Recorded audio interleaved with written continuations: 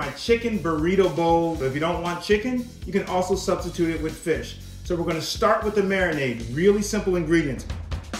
We're gonna start with our salt, then we're gonna have a little cumin, we're gonna have some garlic powder and some chili powder, extra virgin olive oil, okay? Then we're gonna mix this up nicely. And the key, Rach, is that we wanna make sure that there's enough for the chicken to sit very nicely in the marinade. This is an awesome bowl because number one, it has lots of protein in it. It's great for a keto day because there aren't a lot of carbs in it, but there are some carbs, the good carbs. The other part of it is that I love the simplicity of it. We take our chicken, and what I like to do is I put it in the marinade, let it sit like this. You wanna make sure you coat both sides, that's the key, not just one side. Oh man, it smells so good. The fragrance is amazing. And then you put it inside of your refrigerator for 2 hours. All right, Rach, our chicken is marinated so it's nice and infused, and just saute it until it cooks through. You actually get a nice crust on it, which I always love to have on my chicken.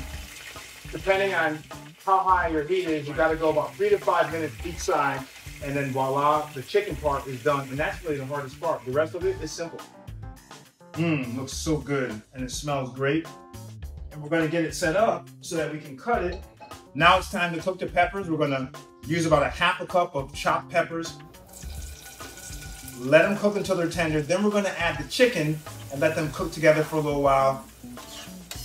Now that we have our peppers and our chicken simmering on low heat, we're now gonna do our riced cauliflower. You can obviously buy some of this frozen in the store, nice and easy, which is what I love, or you can make it yourself. But let's go the easy route. So put the top on it, let it simmer for a little while. About 3 to 5 minutes is good enough.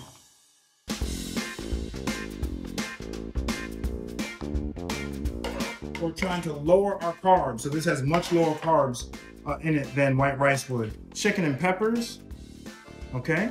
Make sure we get enough protein in there. We're gonna put some onions, some tomatoes.